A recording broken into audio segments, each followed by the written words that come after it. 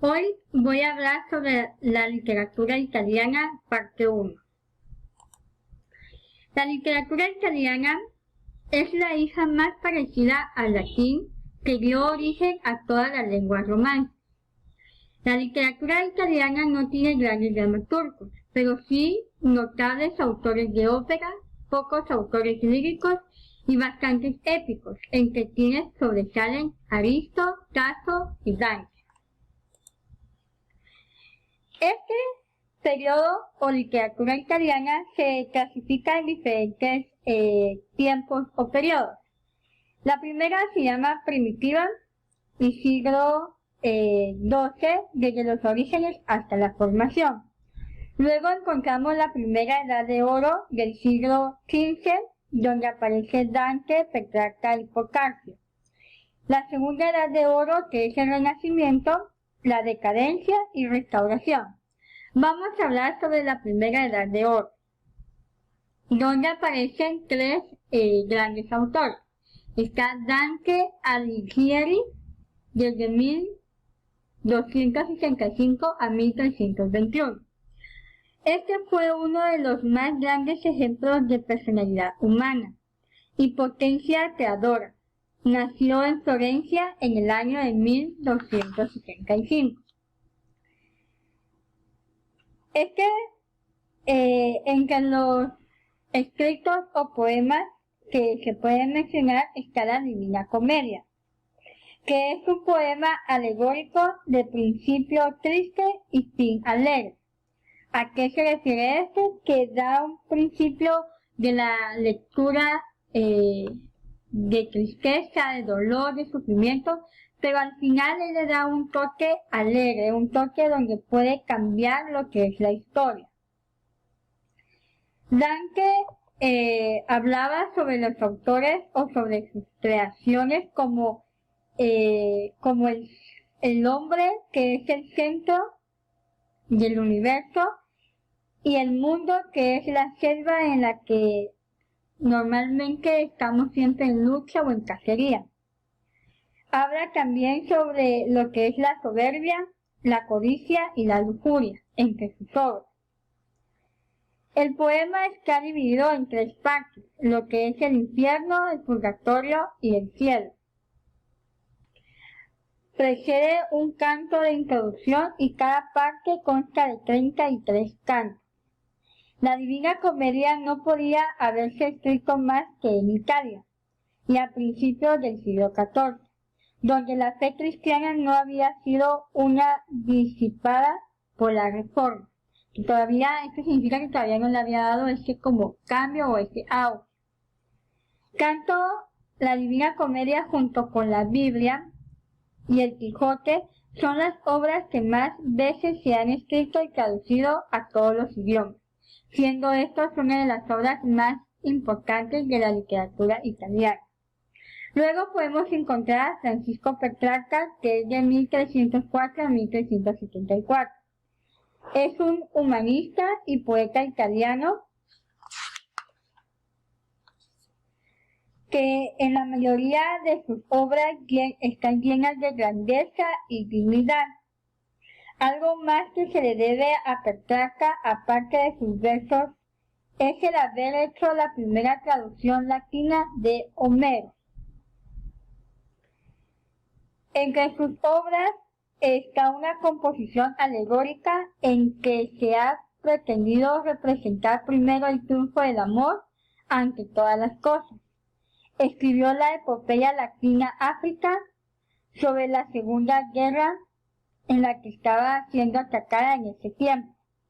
En la prosa escribió complicaciones eruditas, serie incompleta de bibliografías de romanos célebres, en las que le dio el título de Cosas dignas de mención y tratados morales y otros. Escribía más en sus obras de lo que se refería a bibliografías de personajes célebres que sobresalían en lo que era en la historia. Luego, por último, encontramos a Giovanni Boccaccio, donde su fama descansa en la obra de Cameron, que es un libro que contiene 150 cuentos de 7 nobles damas florentinas y 3 galanes. Estos cuentos son a cual más inmoral. ¿Por qué? Porque hablaba sobre todo aquello que no estaba permitido. Es cierto que no carece de gracia, pero por buscar divertir y hacer reír, no respetaba ni moral ni religión. El mismo Boccaccio condenó su libro en los últimos años de su vida, juzgándolo como el fruto de su ligereza juvenil.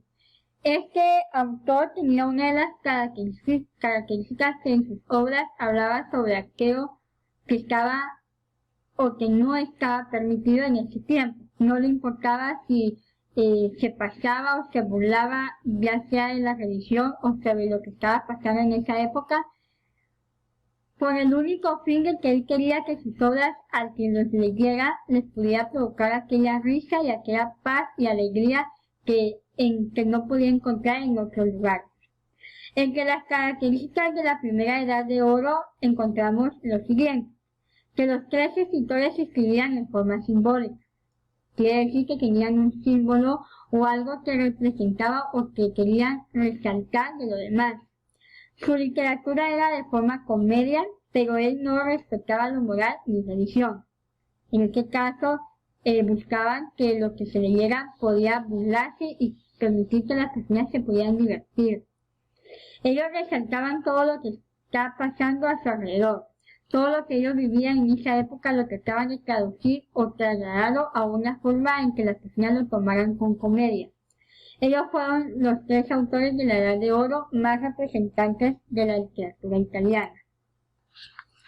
En la segunda Edad de Oro, que es el Renacimiento, es el movimiento literario, científico y filosófico en que sus características están. Primero, un retorno al estudio de la cultura clásica. Volvían a lo que eran en sus inicios. Se esfuerzan por resucitar el estudio de los hombres de la humanista, los que tenían estudios o conocimientos sobre algún tema. Este tipo de periodo que se llama el Renacimiento es volver a renacer, volver a sus inicios y volver a formar ese pensamiento tradicional que tenían los hombres y que se enfocaban a aquellos hombres que eran humanistas porque eran los que estudiaban o tenían el conocimiento de algo específico, no basado en lo que estaba a su alrededor, sino algo que ellos ya sabían y entendían. La siguiente era una imitación de las formas artísticas, no solo también de la arquitectura y la escultura. Y por último, un retorno a las culturas paganas, dando a la vida un sentido pagano, materialista frente al espiritualismo. Al volver a sus raíces, a volver a un hombre que pensaba, que razonaba, que tenía conocimiento del tema, esto provocaba a que su vida volviera a ser del origen, en la que no se enfocaba en todo lo que era espiritual o aquello todo que resaltaba, sino era más de lo que ellos querían reflejar de sus pensamientos. Y a esto se le llamaba una vida de sentido pagano.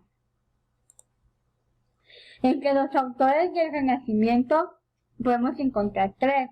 El primero es Ludovico Ariosto, de 1434 a 1533.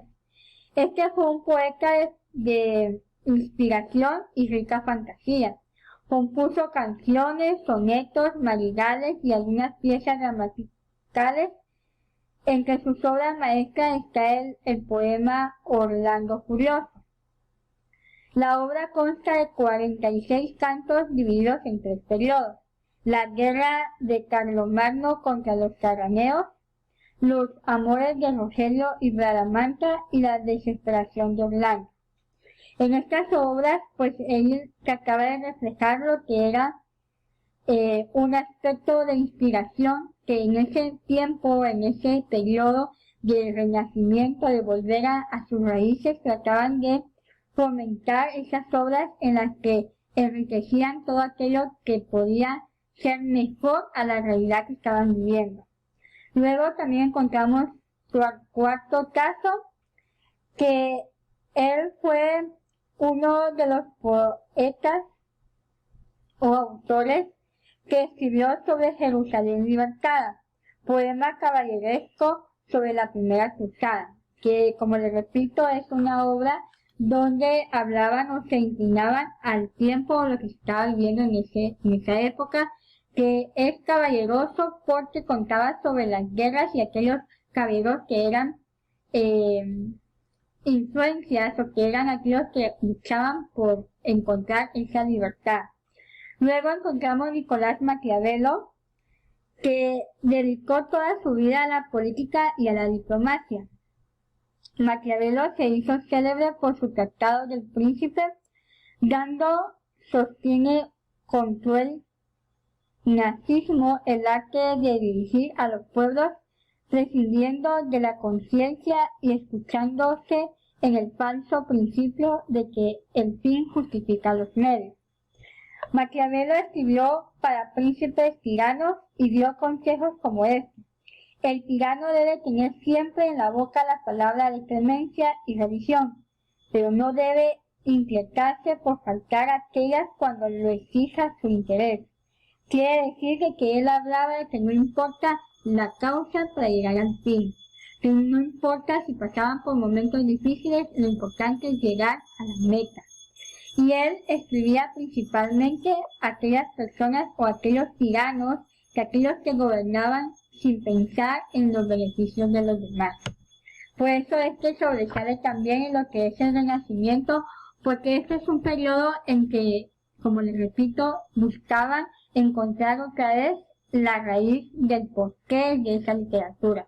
Y pues recordando, más de que sea una historia, es una forma de pensamiento en la que fue plasmado en obras, en escritos donde ellos plasmaban aquel sentimiento y aquella forma de pensamiento de ese tiempo o de ese tipo de literatura. Para que podamos ejercer y poner en práctica esta información, debes de descargar la guía de trabajo de literatura, ver videos explicativos y realizar los ejercicios de la guía de trabajo. Si tuvieran alguna duda, saben que pueden hacerme las preguntas respectivas. Gracias.